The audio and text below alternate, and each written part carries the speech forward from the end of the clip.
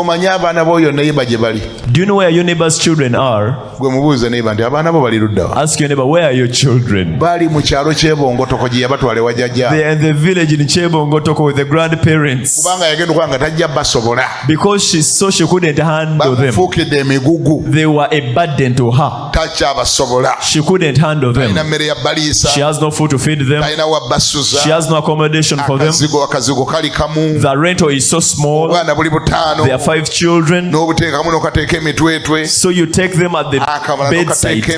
You bring this one down. Bwe mubeera ne brother. If you are with a brother, n'omupiira ogw'ennambole guba tegukyasoboka. you even give up your marital activities. Bamugenda okugira takana nga because as you're trying, the kid wakes up and you and you have to be alert watching the children.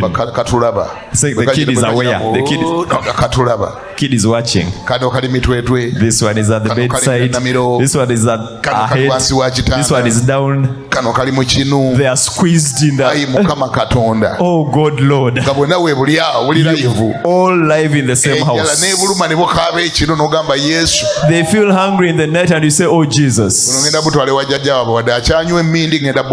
I'll take them to the grandmother. Even though she's smoking the pipe, I'll take them. You carry them up to Kannabulemu. And you tell Mama, the kids are here. When things get better, I'll collect them. Yet the grandmother is still a witch doctor.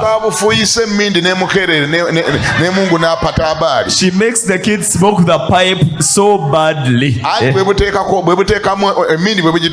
Remember, it is the kids who blow the pipe who are the fire. It is them stirring up the altars in the shrine, yet they are born again children. She says, Annette.